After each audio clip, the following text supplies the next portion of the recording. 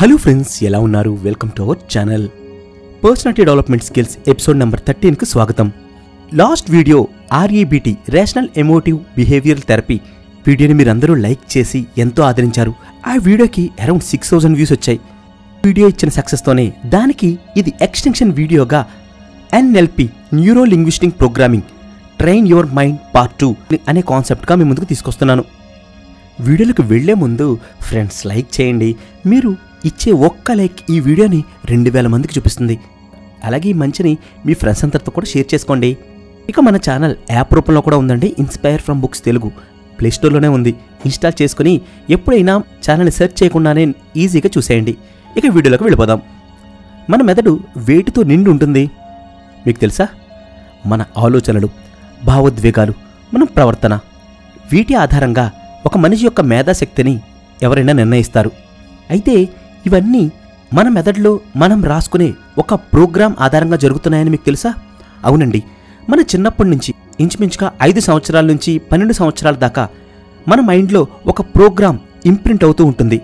ఆ ప్రోగ్రాంలో మనం చూసిన అనేక విషయాల ఆధారంగా, మనం పెంచుకున్న అనేక నమ్మకాల ఆధారంగా, మనం అనుభవించిన అనేక అనుభవాల ఆధారంగా, మనం చేసిన అనేక తప్పుల ఆధారంగా, మనల్ని తిట్టడం వల్ల, మనం పొందిన విజయాల వలన, అలాగే మన యొక్క సామర్థ్యాన్ని ఎంతోమంది గుర్తించి మనల్ని పొగడ్డం వల్ల, అలాగే మనం పొందిన అవమానాల ఆధారంగా, కష్టాల ఆధారంగా, పరిస్థితుల ఆధారంగా మనం ఎలా ప్రవర్తించాలి, మనలో ఏ ఆలోచనలు రావాలి అనేటువంటి ఒక ప్రోగ్రామ్ని మనం రాసుకున్నాం.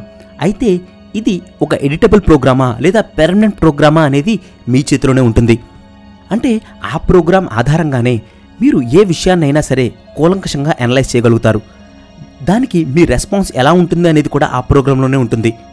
అనేక విషయాల్లో మీకు ఎదురయ్యే భయాలైనా, టెన్షన్లైనా ఇవన్నీ కూడా ఆ ప్రోగ్రాంలోనే ఉంటాయి. ఆ ప్రోగ్రాం అనుసరించే మీ మైండ్ ఏదైనా విషయంలో మీకు ఏదైనా అడ్డంకులు వచ్చినా, మీరు ఆ పనులు చేయకూడదనుకున్నా వెంటనే నువ్వు దీంట్లో అంత గొప్పగా ఏమీ పెర్ఫామ్ చేయలేకపోతున్నావు, నువ్వు దీనికి ట్రైన్ అవ్వలేదు, నీకు అనేక ఇన్సెక్యూరిటీస్ ఉన్నాయి, వీక్నెసెస్ ఉన్నాయి, ఫెయిల్యూర్స్ ఉన్నాయి అని మిమ్మల్ని భయపెట్టి మీలో మెంటల్ ఫెటిగ్ని కలగజేస్తుందండి. మానసిక ఆందోళనకి, మానసిక శ్రమకి మిమ్మల్ని కలగజేసి ఆ ప్రయత్నాన్ని ఆపేలా చేస్తుంది. అందుకే ఇటువంటి అనేక విషయాల్లో మీ మైండే విజయం సాధిస్తుంది. ఎప్పటిదాకా? మీరు మీ మైండ్ని రీప్రోగ్రామ్ చేసేదాకా. ప్రోగ్రామింగ్లో నెగిటివ్ విషయాలైనా, మీ లైఫ్లో చెడుగా జరిగిన అనేక విషయాలు, మిమ్మల్ని బాధించిన మనుషులు, మీ శక్తిని, నైపుణ్యాన్ని ప్రశ్నించిన సందర్భాలు, ఇవన్నీ ఒక బిలీఫ్ సిస్టంగా మారి మీ యొక్క శక్తిని, సామర్థ్యాన్ని తగ్గించడానికి డిజైన్ చేయబడి ఉన్నాయి. వాటిని మీరు ఎప్పుడైనా ఎడిట్ చేసుకుని మీకు అనుకూలంగా మీరు మార్చుకోవచ్చు.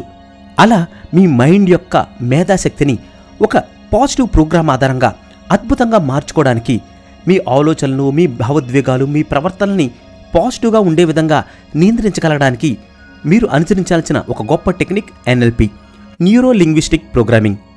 దీంట్లో న్యూరో అంటే మన మెదడు, భాష అంటే లింగ్విస్టిక్స్, ప్రోగ్రామింగ్ అంటే ప్రవర్తన. న్యూరో అంటే మన మెదడు ఎలా పనిచేస్తుంది, ఏ విధంగా మన అనుభవాన్ని అది గుర్తించుకుని, లింగ్విస్టిక్ దానికి అనుగుణంగా మనతో మనం ఏం మాట్లాడుకుంటున్నాం, మనతో మాట్లాడుకునే భాష అనమాట అండి. నెక్స్ట్ ప్రోగ్రామింగ్, మన ఆలోచనలు, మన నమ్మకాలు, అలవాట్లు ఇవన్నీ ఒక ప్రోగ్రాంలా మారి మన జీవితాన్ని నడిపిస్తూ ఉంటాయి. NLP ప్రధానంగా 3 అంశాలపై ఆధారపడి పనిచేస్తుంది. Number 1 beliefs. మన నమ్మకాలు మన జీవితాన్ని నడిపిస్తాయి. మన నమ్మకాలే మన విజయానికి అడ్డంకాను ఉంటాయి, లేదా విజయానికి దగ్గరగాను చేస్తాయి.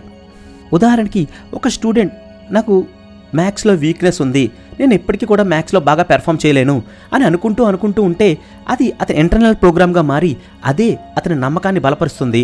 ప్రోగ్రాంలో ఒక మెయిన్ పాయింట్గా స్టోర్ అయిపోతుంది. అయితే అలా కాకుండా నేను ప్రాక్టీస్ చేస్తే తప్పకుండా మ్యాథ్స్లో బాగా రాణిస్తాను అని నమ్మి కొంచెం కొంచెంగా ఆ ప్రోగ్రామ్ని అతను ఎడిట్ చేసి మార్చుకోవడానికి ఉంటుంది అని ఒక పాజిటివ్ నమ్మకాన్ని ఏర్పరచుకోవడం ద్వారా మన యొక్క మెంటల్ ప్రోగ్రామ్ని మార్చగలుగుతాం. Next language.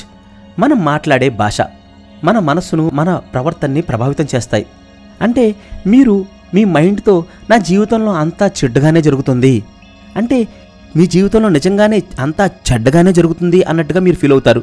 అలా కాకుండా మీరు ఎక్కువగా కోపపు ఆలోచనలు, యాంగ్రీ థాట్స్ని మీలో కలిగించుకుంటూ ఉంటే మీకు యాంగ్రీ ఫీలింగ్సే కలుగుతాయి. అదేవిధంగా నా జీవితంలో అంతా గొప్పగా జరుగుతుంది, నేను చేయాల్సిందల్లా చిన్న ప్రయత్నం మాత్రమే, ప్రయత్నం చేస్తూ ఉంటే తప్పకుండా నా జీవితంలో కూడా మంచి జరుగుతుంది అనే ఆశావాద దృక్పథాన్ని, ఆశావాద భాషని మీతో మీరు చెప్పుకోవడం వల్ల మీ యొక్క మెంటల్ ప్రోగ్రామ్ని మీకు అనుగుణంగా మార్చుకోగలుగుతారు. Next behaviour. మన ప్రవర్తన ఆలోచనలు మారితేనే మన యొక్క నిజ జీవిత యొక్క ఫలితాలు మారతాయి. అంటే మన ఆలోచనలు ఎంత గొప్పగా మారినా మన ప్రవర్తన మారకపోతే మన జీవితంలో ఏమీ సాధించలేమండి. ఉదాహరణకి పొద్దున్నే లేచి మీరు ఏదైనా ఒక ప్రొడక్టివ్ విషయాన్ని మీరు అమలు పరిస్తే ఆ రోజంతా మీకు బాగుంటుంది. అలా కాకుండా పొద్దున్నే లేచి అనవసరమైన విషయాల పట్ల ఎక్కువ ఫోకస్ చేస్తూ టైం వేస్ట్ చేసుకుంటాం, లేదంటే కోపగించుకోవడం విసిగించుకోవడం చేస్తూ ఉంటే ఆ రోజంతా కూడా మీకు చెడ్డగానే ఉంటుంది. ఏదైనా మీ యొక్క ప్రవర్తన పాజిటివ్గా ఉంటే దాని యొక్క ఫలితం కూడా పాజిటివ్గానే ఉంటుందండి. అయితే ఈ మన యొక్క నమ్మకాల్ని మనతో మాట్లాడుకునే భాషని మన యొక్క ప్రవర్తనని మార్చుకోవడానికి ఎన్ఎల్పి టెక్నిక్స్ కొన్ని ఉన్నాయండి. అవేంటో ఇప్పుడు మీకు చెప్పబోతున్నాను. Number 1 anchoring. అసలు యాంకరింగ్ అంటే ఏంటి అంటే యాంకరింగ్ అనేది ఎన్ఎల్పిలో ఒక శక్తివంతమైన టెక్నిక్.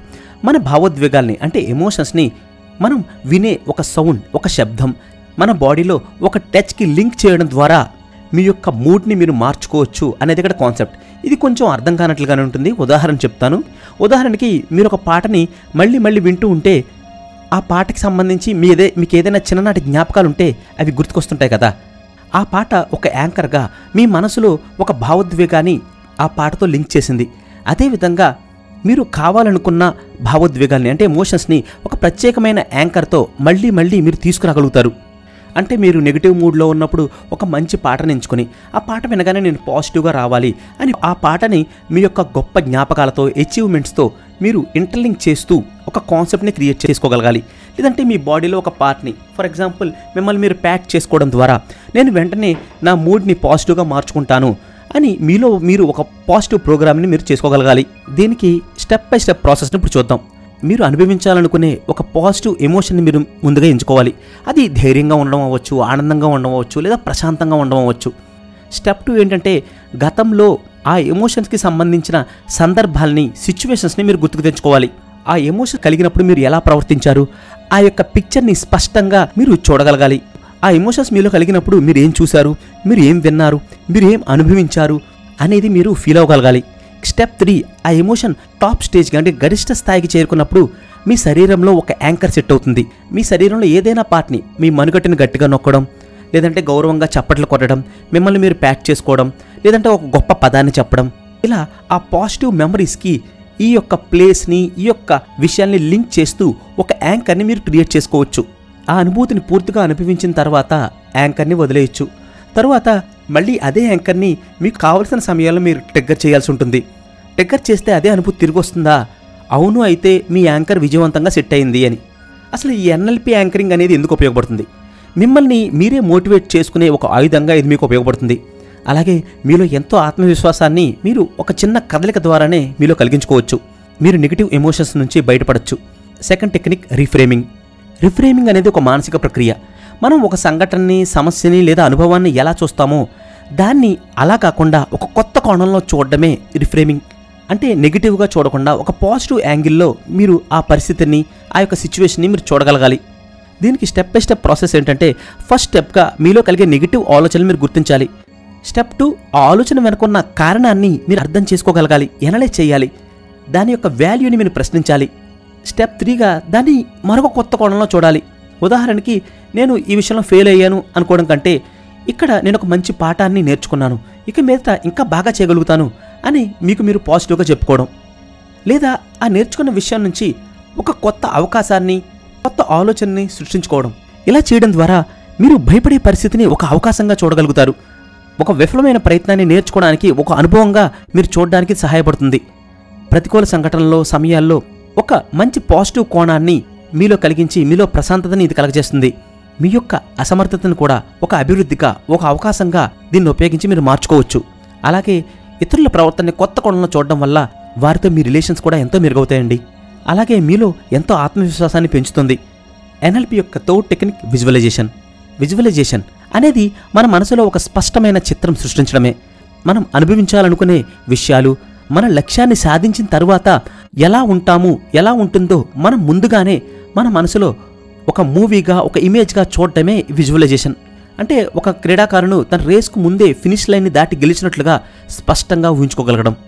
అది అతని మెథడ్లో విశ్వాసాన్ని, ధైర్యాన్ని పెంచుతుంది. ఇదే విజువలైజేషన్ టెక్నిక్ యొక్క పవర్. దీనికి స్టెప్ బై స్టెప్ ప్రాసెస్ను ఇప్పుడు చూద్దాం.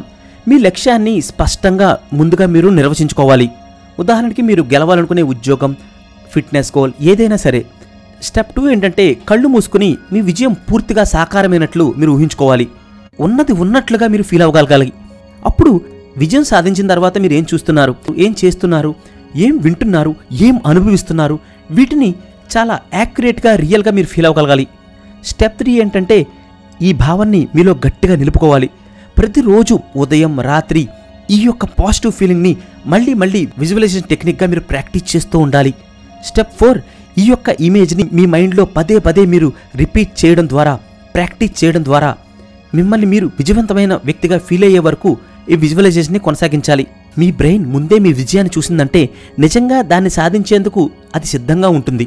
అలాగే మేనిఫెస్టేషన్ ద్వారా పాజిటివ్ నమ్మకాల ఆధారంగా మీ విజయం మీకు ఎప్పుడూ చేరువుగానే ఉంటుంది, మీ విజయం మీరు తొందరగా పొందగలుగుతారు అని అనేక సందర్భాల్లో నిరూపించబడింది. ఈ టెక్నిక్ వల్ల ఉపయోగం ఏంటంటే మన లక్ష్యాన్ని స్పష్టంగా మనస్సులో మనం బలంగా నిలుపుకోగలుగుతాం. మనలో ఆత్మవిశ్వాసాన్ని ఇది పెంచుతుంది. మనం పొందిన విజయాన్ని మనం ముందుగానే ఆస్వాదించగలుగుతాం, అనుభవించగలుగుతాం. అలాగే ఈ టెక్నిక్ అదృష్టాన్ని కూడా ఆకర్షించగలదు. మన మెదడులో అవకాశాన్ని గుర్తించడంలో ఇది ఎంతో సహాయం చేస్తుంది మనకి. అలాగే మనలో నెగిటివ్ ఎమోషన్స్ని తగ్గించి మోటివేషన్ని పెంచుతుంది. ఈ ప్రాసెస్ అన్ని కలిపేనండి NLP, న్యూరో లింగ్విస్టిక్ ప్రోగ్రామింగ్. ఈ NLPని మీరు తరచూ ప్రాక్టీస్ చేయడం వల్ల మీలో సెల్ఫ్ కాన్ఫిడెన్స్ పెరుగుతుంది, నెగిటివ్ ఆలోచనలు తగ్గిపోతాయి, ప్రశాంతంగా మారుతారు, రిలేషన్షిప్స్ మెరుగవుతాయి, గోల్ సెట్టింగ్, అచీవింగ్ కూడా చాలా తేలిగ్గా అవుతుంది, మీలో భయాలు, యాంగ్జైటీ కూడా తగ్గిపోతాయి. నిజానికి ఈ కోర్స్ ఎంతో ఖరీదైంది, నేను మీకు ఫ్రీగా ఇస్తున్నాను. నేను ఆశించేదల్లా మీరు ఈ వీడియోని లైక్ చేయడం, ఎక్కువ మందికి షేర్ చేయడం. ఈ వీడియోకి కనీసం ఒక 500 లైక్స్ అయినా మీ నుంచి ఎక్స్పెక్ట్ చేస్తున్నాను ఫ్రెండ్స్. మమ్మల్ని ఎంకరేజ్ చేయండి. Thank you. నమస్తే.